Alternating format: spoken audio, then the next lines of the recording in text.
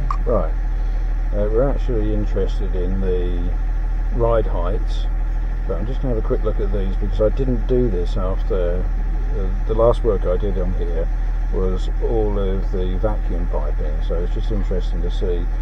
Glow plug system is often with an older engine. We've got that on the list of things to do. EGR, that we know that wasn't working properly. Pre-supply pressure monitoring and rail pressure monitoring on engine starts. Now I'm hoping that we've cleared those codes, but we'll find out in a minute. Ride height control, accumulator pressure. Here's your code 74EHC. This is your code that we're interested in. This was the one that told me what was wrong with it. Accumulator filling request, accumulator pressure remains constant. High pressure drain valve supply, which was the thing that we unplugged back there. Supply high pressure drain valve, compressor temperature sensor and drain valve. So they were all things that we these are all errors that, sorry, these ones here, these four, 08, 18, 24 and 07, they're all faults that we created when we unplugged the pump while the battery was still connected. So we're going to clear the codes.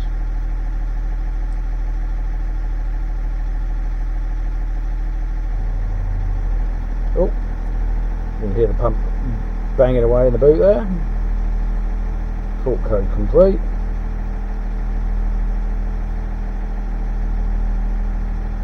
We've still got the engine codes, which is interesting.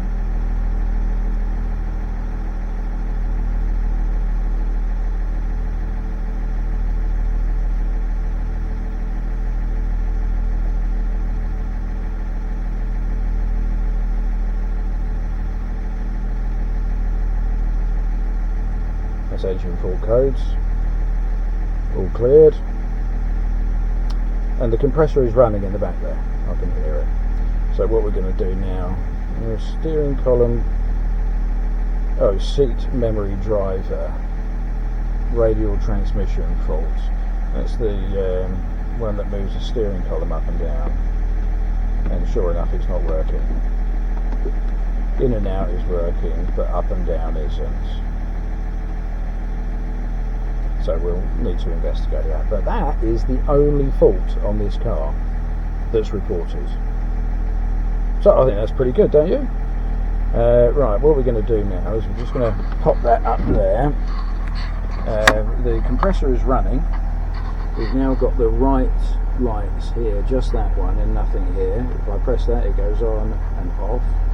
So I can lock the suspension height or unlock it. I'm going to shut the driver's door. Oh, actually the boot's open, so it probably won't. Oh no, there we go. It's just adjusting my suspension height now.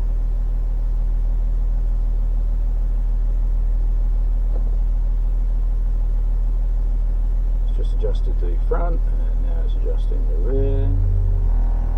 Pump's just come on again, so it must be safely building pressure in the accumulator for it to be able to do that. We've got no errors on the dashboard.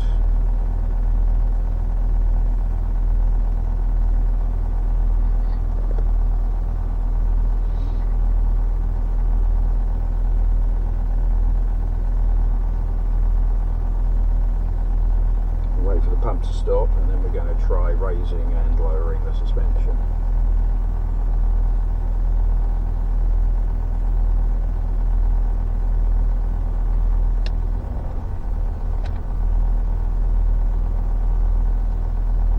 And then I think we're going to take it for a test drive.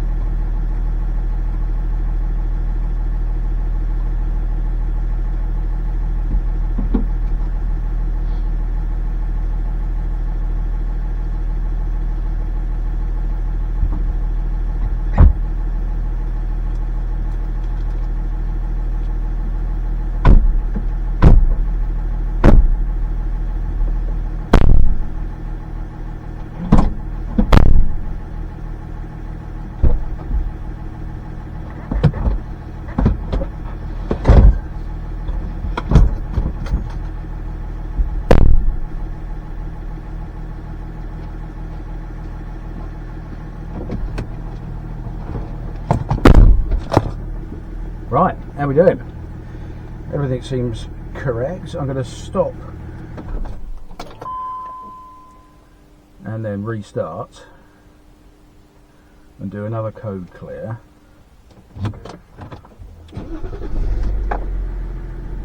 We've got a check brake pads warning, which I knew about. I think that's a broken wire. Check tail lights. That'll be a bulb.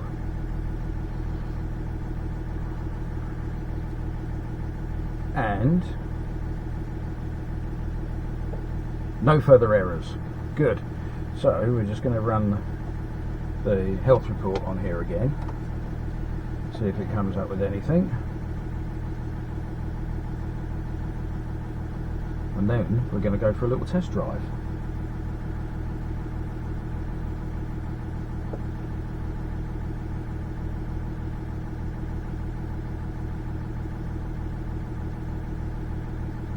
Again, I'll fast forward this for you. It'll be about 5 seconds. For me, it'll be a couple of minutes.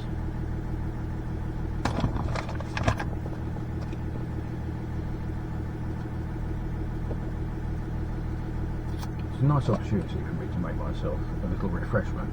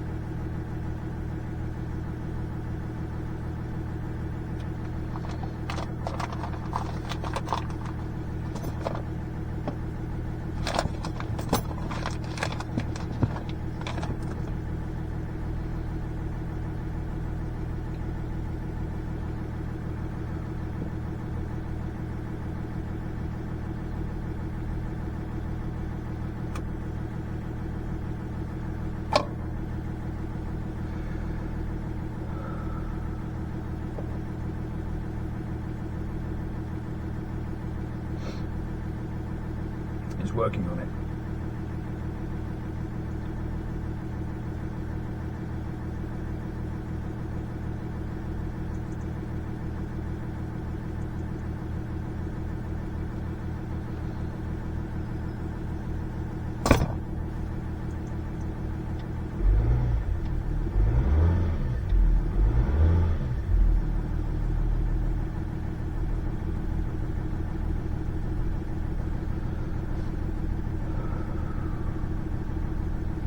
We need to, as part of the final setup of all of this, we need to do all the engine smooth running and matching of injectors and things like that.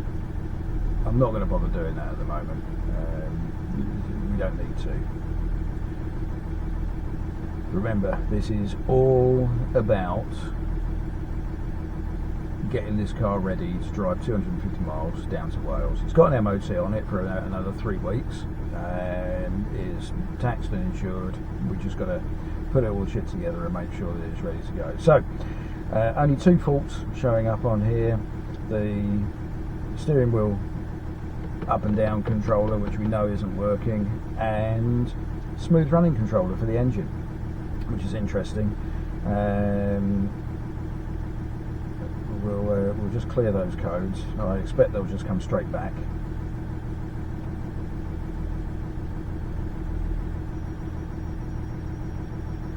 Yeah. Okay. So with that in mind, should we just do the smooth running controller now? It'll only take a moment.